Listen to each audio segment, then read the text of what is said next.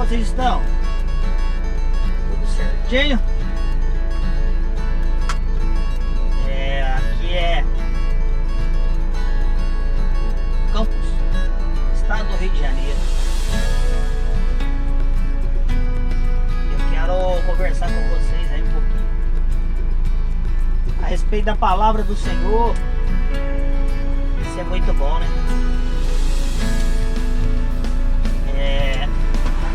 Essa passagem que eu quero falar com vocês aí, ela está nos 3 evangelhos: Mateus, Marcos e Lucas. Ela é conhecida como o milagre onde Jesus acalma a tempestade. E aí, como eu não estou lendo, e ela está nos evangelhos sinóticos, né, que relatam a mesma passagem, então eu vou meditar um pouquinho, falar, né, comentar sobre ela, mas eu não estou lendo. E ela diz assim, né, que Jesus, ele estava pregando, né?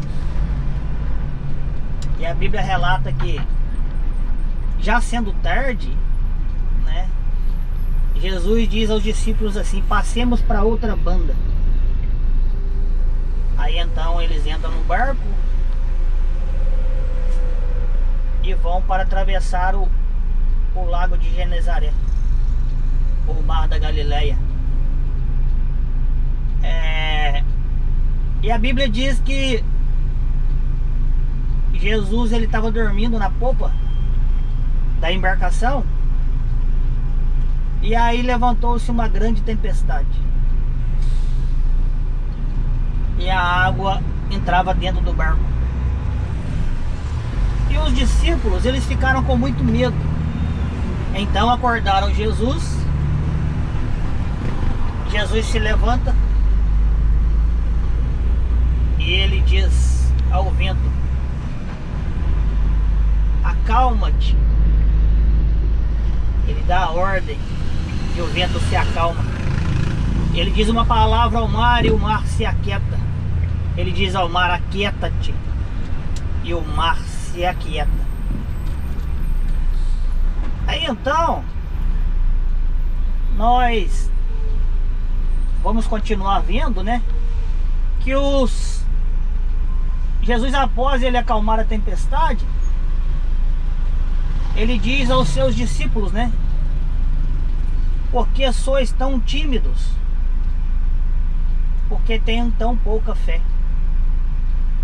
E aí eles ficam abismados, né, espantados, e dizem: quem é este que até o vento e o mar lhe obedecem? Essa passagem, ela é muito rica, né, muito bonita, e nós vamos meditar nela um pouquinho. Se nós viermos o contexto dessa história, como ela se iniciou, né, a Bíblia diz que havia uma multidão e Jesus estava ali pregando, ensinando, né, que Jesus ensinava àquela multidão.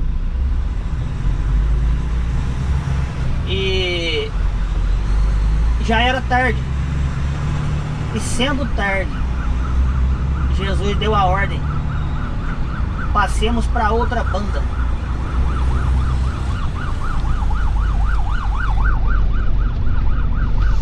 Aí eles no barco, e vem a tempestade. O que eu quero chamar a atenção para essa passagem, para este relato, é a respeito do que Deus, do que Jesus quer nos mostrar nessa passagem, né? Porque a Bíblia, ela é sempre cristocêntrica.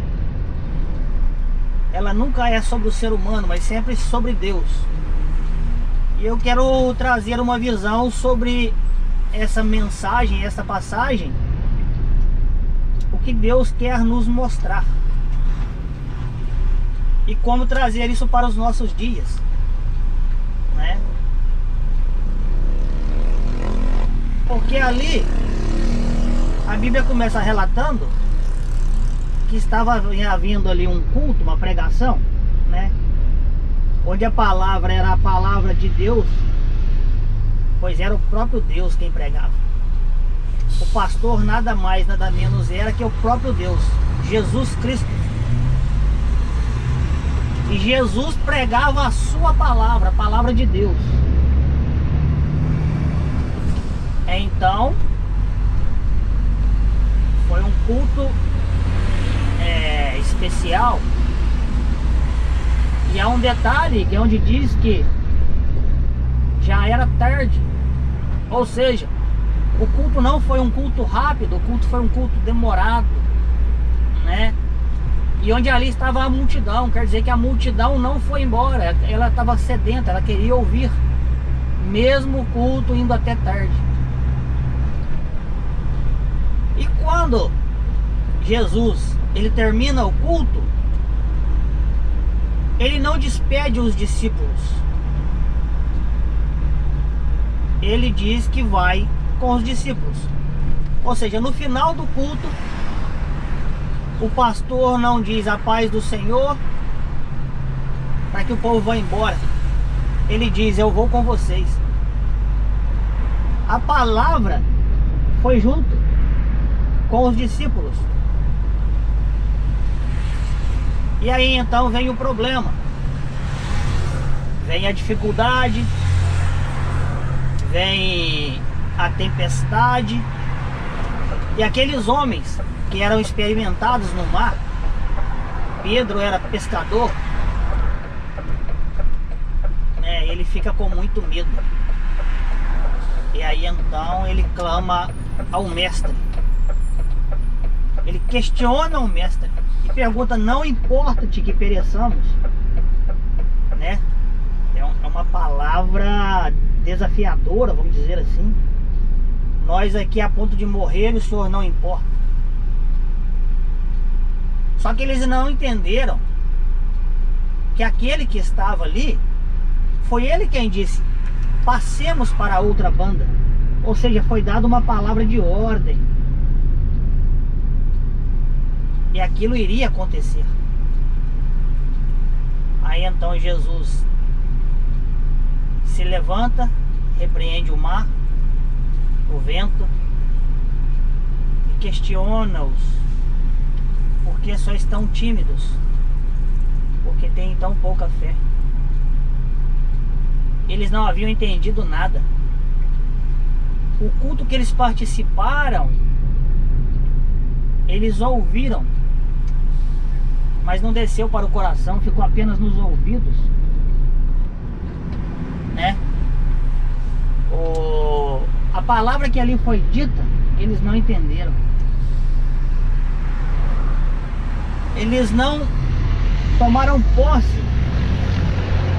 Eles não tiveram a autoridade para que em nome de Jesus repreendesse o mar, a tempestade, aquele vento. Eles poderiam até dizer, em nome deste que aqui está, aquieta-te, porque Jesus estava ali. Poderia ter feito isso e não fez. E aí quando Jesus se levanta e dá a ordem para que houvesse calmaria, e houve calmaria, eles questionam, quem é este que até o vento e o mar lhe obedecem? Eu acho que é uma das partes mais desafiadoras, vamos dizer assim, dessa passagem. Porque eles que vinham convivendo com Cristo, vinham de um culto com Cristo, né? Viajando com Cristo. Quando Cristo faz aquilo ali, ele acalma a tempestade. Aí os discípulos dizem, quem é este? Ou seja, não havia entendido nada. Não tomaram posse da palavra.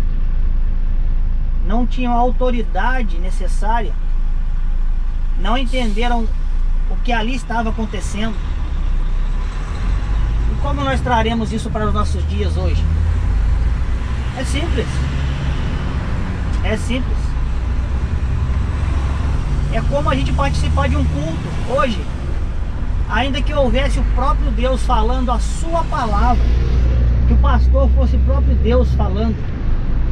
Há pessoas que não entendem, há pessoas que não saem do culto levando em seus corações a palavra, o próprio Deus, que transforma vidas, que dá autoridade, porque não compreendem e saem dali vazias. Essa passagem, para mim, é uma das passagens mais emblemáticas para a igreja, né?